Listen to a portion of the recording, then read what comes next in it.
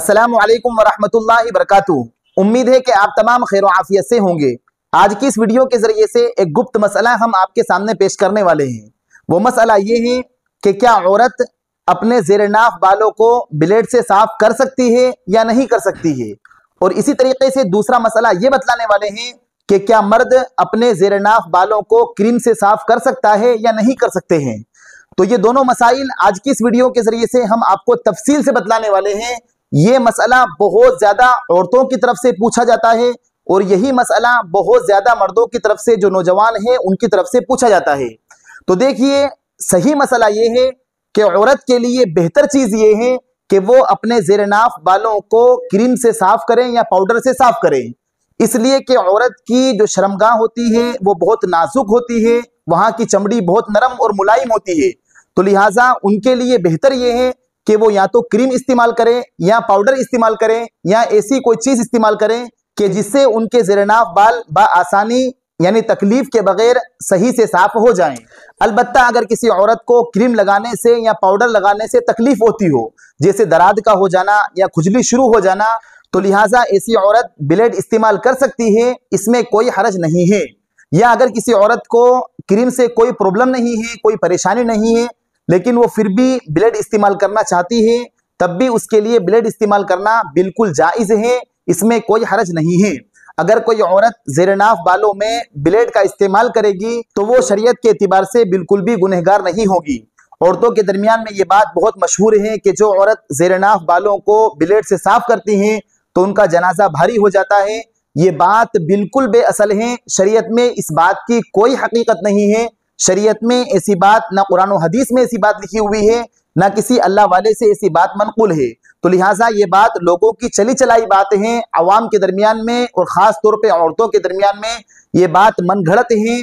अगर किसी औरत ने ज़ेर-ए-नाफ बालों को ब्लेड से साफ किया, यानी ब्लेड का इस्तेमाल किया ज़ेर-ए-नाफ बाल साफ करने में, तब भी ना उसका जनाजा भारी होगा और ना वो गुनहगार होगी। शरई एतबार से उसके लिए कोई गुनाह नहीं लिखा जाएगा। और अगर किसी मर्द ने ज़ेर-ए-नाफ बाल साफ करने में क्रीम का इस्तेमाल किया या कोई ऐसा पाउडर इस्तेमाल किया जिससे बाल बआसानी साफ हो जाते हैं, तो वो मर्द क्रीम इस्तेमाल कर सकता है, इसमें कोई हर्ज नहीं है। अलबत्ता मर्द के लिए बेहतर ये है कि वो रेजर का इस्तेमाल करें, वो ब्लेड का इस्तेमाल करे। लेकिन अगर कोई मर्द क्रीम का इस्तेमाल करना चाहता है तो इसमें भी कोई हर्ज नहीं है। शरीयत ने इसकी गुंजाइश दी है कि वो भी क्रीम से या पाउडर से अपने ज़ेर-ए-नाफ बालों को या बगल के बालों को साफ कर सकता है, इसमें कोई हर्ज नहीं है। तो उम्मीद है कि आप इस मसले को अच्छी तरीके से समझ गए होंगे। असल में ये गलत मसाइल उन लोगों की तरफ से चलाए जाते हैं जिनको शरीयत का कोई इल्म नहीं होता है, जहां जहालत बहुत आम होती है। उन लोगों की तरफ से ऐसे मसाइल चलाए जाते हैं कि अगर औरत ज़ेर-ए-नाफ बालों में ब्लेड का इस्तेमाल करेगी तो उसका जनाजा भारी हो जाएगा, या मर्दों के लिए क्रीम का इस्तेमाल करना बिल्कुल जायज़ नहीं है। ये वो लोग चलाते हैं जिनको शरीयत का सही तहकीक नहीं होती है। हालांकि कुरान करीम हमें खुद ये इरशाद फरमा रहा है कि फसअलू अहल ज़िक्र इन कुंतुम ला तालमून, कि आप शरीयत के मसाइल को अहले इल्म से पूछिए। यहाँ पर कुरान करीम में अहले ज़िक्र से मुराद अहले इल्म है कि आप अहले इल्म से शरीयत के मसाइल पूछिए अगर तुम जानते नहीं हो। तो लिहाजा हमारा ये फरीज़ा है कि अगर हमें शरीयत के किसी मसाइल में कन्फ्यूज़न है या हमें सही से मालूम नहीं है, या सुनी सुनाई बातें जो हमारे मोहल्लों में या हमारे मुआशरे में बहुत आम होती जा रही हैं, तो हम उनको मोतबर उलमा से, मोतबर मुफ्तियान इकराम से उस सही मसले को पूछें ताकि शरीयत का सही मसला हमें मालूम हो जाए। और ये बात भी बिल्कुल सही है कि उन लोगों ने जिनको शरीयत का इल्म नहीं है, उन्होंने शरीयत में नई नई बातें घड़ के शरीयत को बहुत डिफिकल्ट और बहुत मुश्किल बना दिया है। हालांकि अल्लाह के नबी सल्लल्लाहु अलैहि वसल्लम की साफ हदीस है कि अद्दीनु युस्रुन, दीन पर चलना बहुत आसान है, लेकिन उन लोगों ने इसमें मुश्किल पैदा कर दी है और शरीयत पे चलने को मुश्किल डाल दी है उन लोगों ने जिनको शरीयत का सही इल्म नहीं होता है। तो लिहाजा हमारा ये फरीज़ा है कि हम सही जानने वाले से, सही आलिम से या सही मुफ्ती से मसला पूछें और उसके बाद ही अमल करें।